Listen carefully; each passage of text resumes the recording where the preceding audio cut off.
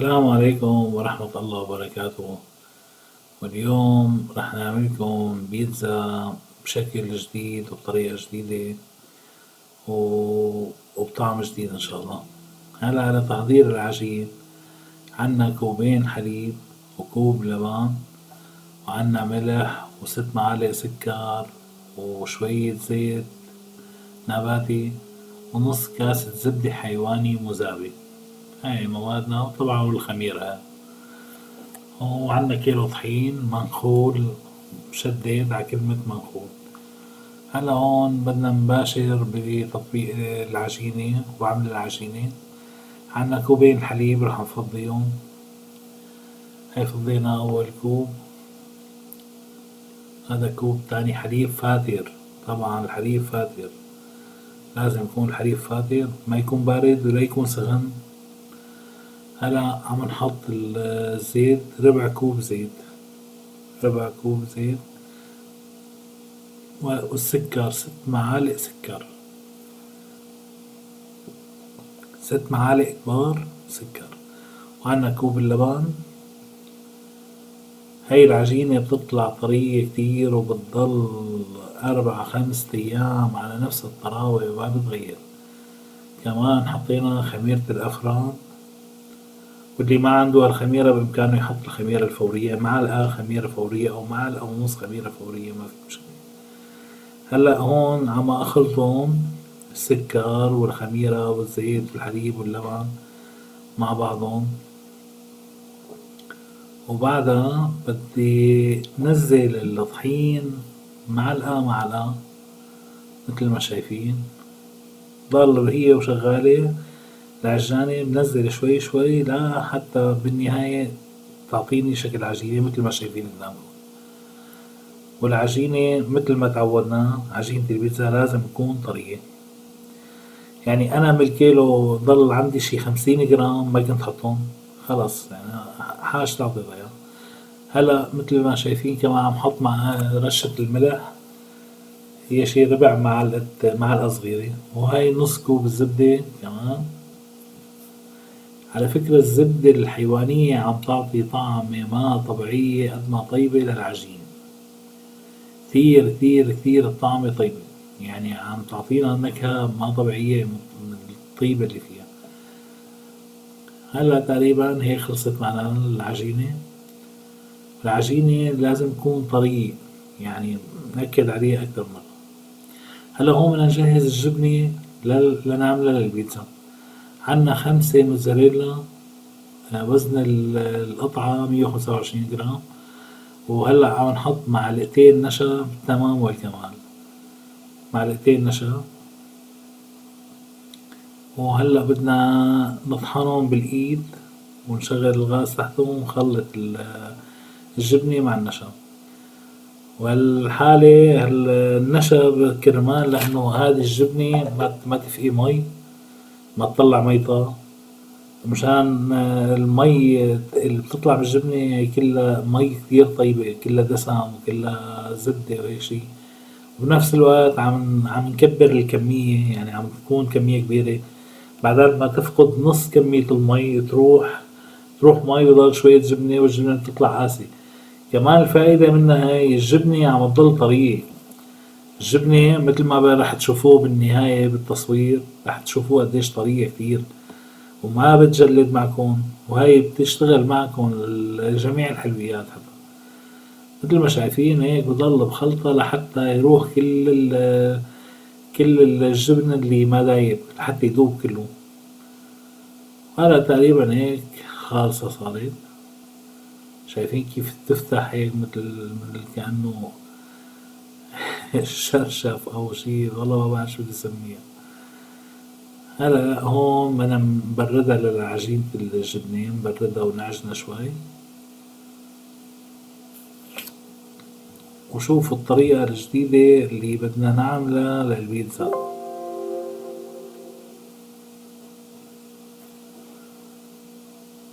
هلا هيك بالطريقة عم ببردها.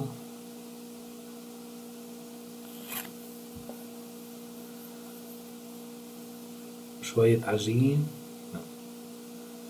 لازم تنعجن بشكل صح وتبرد.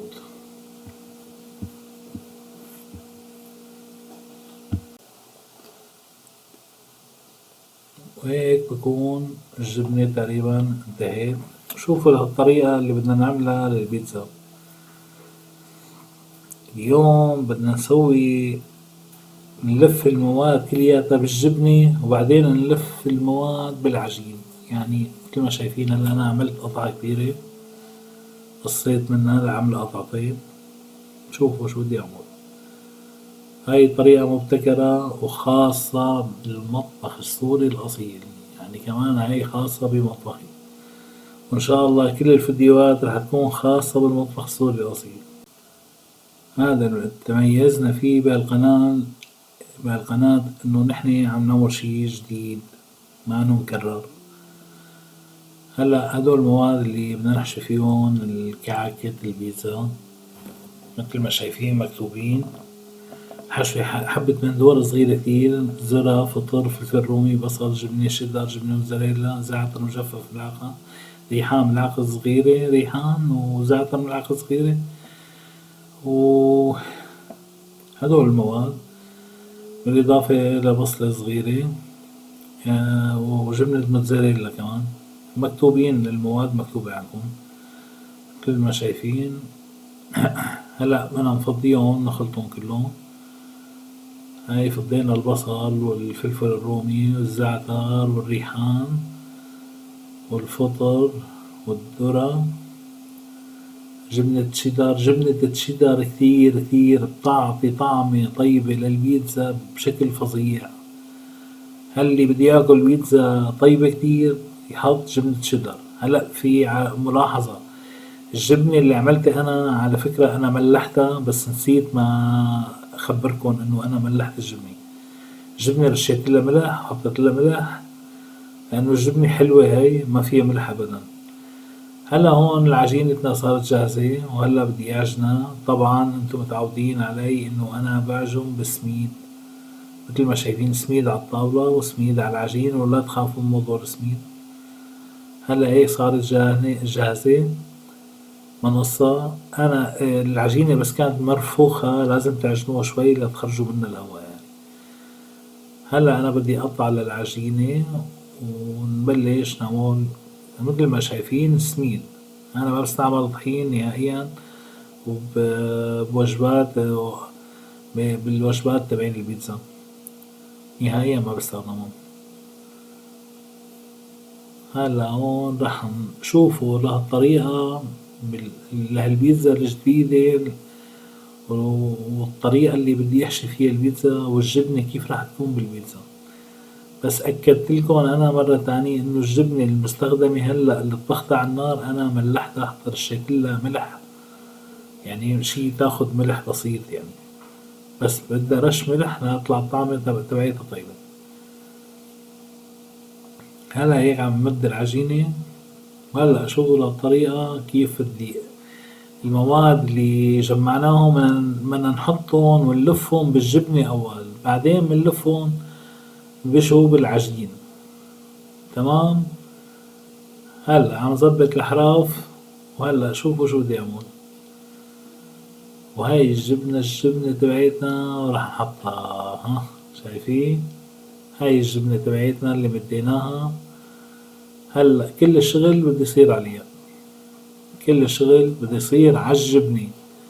من بعد الجبنة بده يصير الشغل على العجينة. هاي الميزة والطريقة الجديدة واللي راح يكون البيتزا راح تكون من كل جهة كلها جبنة. وهلا بنحط صلصة البيتزا. صلصة البيتزا أنا عامل فيديو عليها وبنصح الكل فيها، طعمة طيبة. وإذا موجود عندكم البندورة المطبوخة بالعلب إسا أطيب من البندورة العادية، أطيب بكتير. هاي نصيحتي لكم، الموجودة أطيب فيها طعم كتير طيبة. هلا عم نحط الحشوة على الجبنة. الجبنة اللي مديتها أنا وسويتها مثل العجينة. شوف هلا شو بدي أعمل، لفيت الحشوة بالجبنة. شايفين ما أجملها الطريقة. طريقة مبتكرة وخاصة بالمطبخ السوري الأصيل. وحددوا هالتاريخ وشوفوا قبل هيك في شي هيك، شي فيديوهات عن القصة؟ أكيد ما في، أنا متأكد يعني. وهاي صارت عنا الكعكة، كعكة البيتزا، أحلى كعكة وأطيب كعكة وفخامة ولون وكل شي بيتصوره عقله البني آدم بالنسبة للبيتزا موجود فيها. هلا هون عنا زيت ولازم ندهن وشهم بالزيت مثل ما تعودنا. البيتزا دائما ندهن وشها بالزيت، وإذا بدكم لما بتطلع من الفرن ندهنوا وشها بالزيت كمان هي وسخنة، بتضل طرية العجينة وبتضل مدى عمرها طويل جدا. مثل ما شايفين دهنوا زيت يعني اعطوها حقها بالزيت.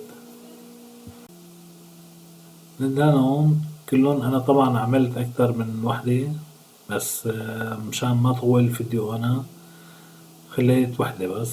هاي بالفرن، حاطهم بالفرن اول شي على الارض، ارض الفرن تماما مباشرة على حرارة 250 درجة يكون الفرن، والفرن حامي. نحط اول شي من تحت، لما بياخد لون من تحت بنرفعه على الطابق الاول فوق الارضية بالضبط، يعني اعلى بمكان واحد بالفرن.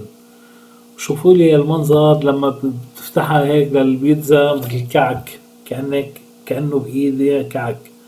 شوفوا الجبنة اللي عملناها لها المنظر، شي بيقطع القلب، شي بيخوف. وإن شاء الله صحة وهنا على قلبكم، ولا تنسونا من دعائكم والاشتراك بالقناة. والسلام عليكم ورحمة الله وبركاته.